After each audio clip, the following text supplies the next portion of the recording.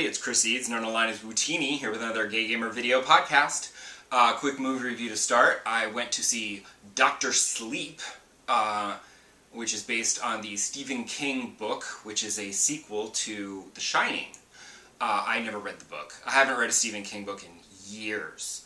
I kind of went off Stephen King. Big fan as a kid, but over time I just sort of lost interest and whatever. But it's a sequel to the book is a sequel to the book. This movie is an adaptation of the book, but it's more of a sequel to the movie, because the Shining movie is very different from the Shining book. So they had to make changes, because if he'd made it directly as the book, it wouldn't have made sense to people, because the people going to see the movie are going to remember the movie Shining, not the book Shining. So they would be like, wait, when did the Overlook Hotel explode? That didn't happen in the movie. So, you know, they had to tweak things. But from what I've read from the Wikipedia page plot synopsis of the book, the streamlining and changes that were made for the movie of Dr. Sleep, I think they were probably for the best. It's a good movie. It's really long.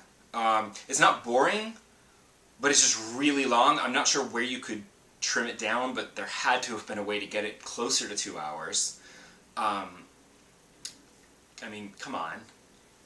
But it's not really scary. There's a few unsettling, creepy scenes, but it's more of like an adventure, where an older Danny Torrance now tries to save a young girl who has the same psychic powers that he does, from a band of evil psychic vampires who go around killing people, children specifically, who have the shine, and absorb that, and that keeps them young.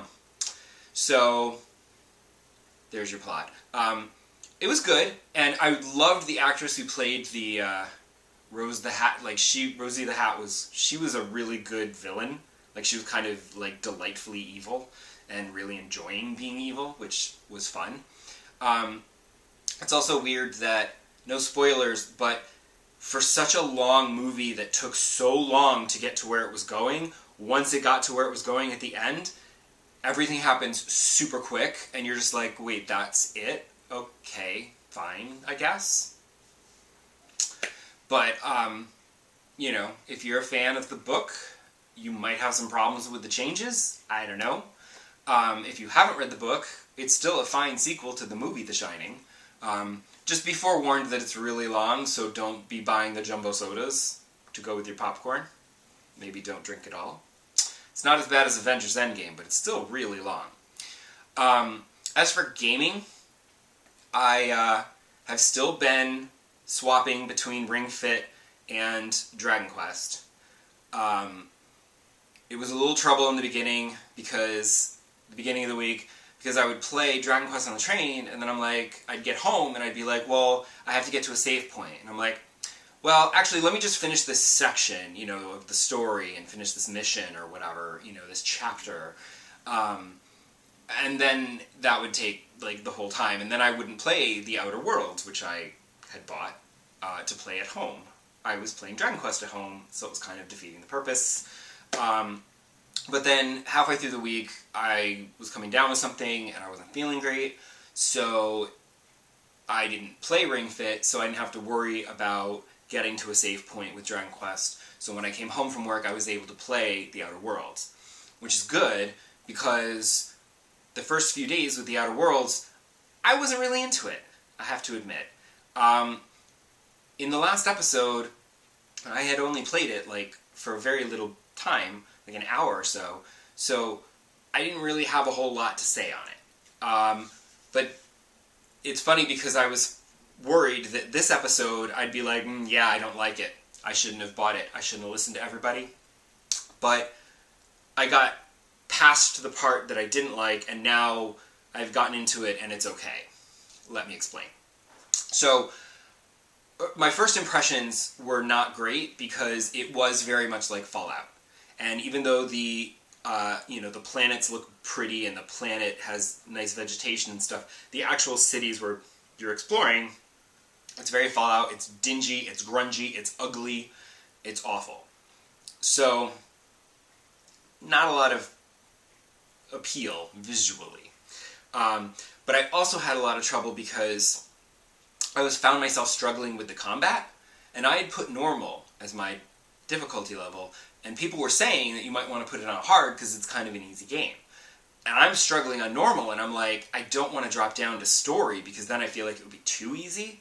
I'm like, let me just figure out what I'm doing wrong. Because I'm like, there's no cover button, and I couldn't figure out, like, you can't, maybe later, once you up your stealth skill, you can do one-hit kills. But, like, stealth didn't really seem to help.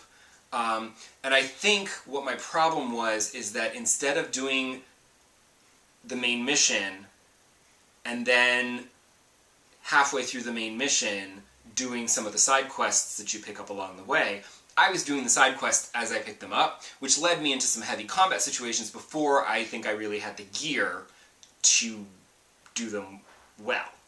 So, now I have better armor, and better weapons, so I'm doing a little better at the combat. My problem is that it is very Fallout in that there is a lot going on under the hood. Like, you have a lot of skills that you can level up, there are perks that you can choose, and there are a lot of different weapons that have different powers, and they use different energies, and, like, electric is better on the mechanicals, and the plasma is better on the people, and, like, there's a lot going on that you have to pay attention to. And then there's also just, like, a lot of crap that you pick up. There's, like, pills and skin lotions and drinks and sprays and all these things that give you, like, temporary perks to your abilities, like combat abilities or intelligence or hacking or whatever. And I hadn't really, like, sat down to examine them all. And I wondered if I was supposed to be using those to help get me through the combat easier. Because I would prefer that be optional, because it's a lot. Now I feel like I'm better at the combat, so I don't necessarily need them. But if you are playing the Outer Worlds, and you can help give me some advice on how to manage my inventory, and, like, which of these items are actually useful and I should keep, and which I can just get rid of, that would be super awesome. I will take any help that you guys can give me. Thank you. But, like I said, I've kind of figured it out. I'm a little better at the combat. I've given up on stealth because I would prefer to do, like, Assassin's Creed or, like, Spider-Man or Batman, where you, like, work your way around the perimeter and take out a bunch of enemies, like, silently, and then work your way in to the point where, okay, now you have to have a firefight, but it's with only, like, 2 or 3 people, because you took everybody else out. That doesn't seem to be possible yet. Maybe, like I said, later, if I up my stealth, I can, like, do one-hit kills. But I tried to snipe somebody from a distance, and I hit him right in the head, and he did not die. He just got mostly killed, but not quite completely killed, and all it did was alert everybody who came rushing at me. So that didn't help at all. It's not even like I took out one of the bad guys to have everyone else rush at me. I didn't even take out the one that I shot at. So, I'm getting a little better at it, but my problem now is I finished the first section with the first major choice that you have to do, like your moral quandary, and, like, it seemed perfectly obvious to me. It's like, on the one hand, you have your evil corporation who is, like, enslaving everybody in the town, making them work in the cannery and, like, making their lives misery. And then on the other hand, you have a group of deserters who've actually forged an independent life for themselves, where they're, like, growing their own food and living well. Well, not well, but they're living independently, away from slavery. So I thought, and you have to choose which one of those you're going to destroy. And I said, well, I'm going to shut down power to the town and give it to the independent people, because then no one's enslaved to the corporation anymore. Unfortunately, spoiler alert, which I'm not worried about spoiling this because everybody else is way ahead of me in this game. If you choose to support the deserters, basically you're dooming most of the people in the town, because they don't know how to live and they don't want to live independently, and it's like, so it seems like probably not the best choice. But then the other way is, like, you shut down the independent colony and then they have to go back to work as wage slaves at the cannery again for this douchebag of an owner. And I'm like, no.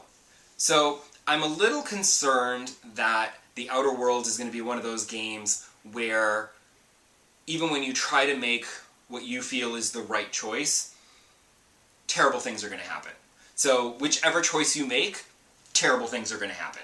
So I feel like I just kind of have to accept that and just keep playing and hope for the best, which won't be the best. It'll just be mildly okay, maybe. But I'm enjoying like exploring and talking to the different characters, and the humor is very funny. Like, dude, the guy with the moon head, this poor salesman, I felt terrible for him. It was very funny. But I am very glad that I was able to play it enough that I like kind of turned that corner and now I'm into the game. So it's fine. Hopefully there's not like a huge difficulty spike coming up, but we'll see. So that is all for this week. Come back next time and I'll have played some more Ring Fit. I always called it Wii Fit, that's funny. I'll have played some more Ring Fit Adventure, and I can talk more about that, since like I said, I wasn't feeling great this week, so I didn't really play it a whole lot. And whatever else there is to talk about. Bye!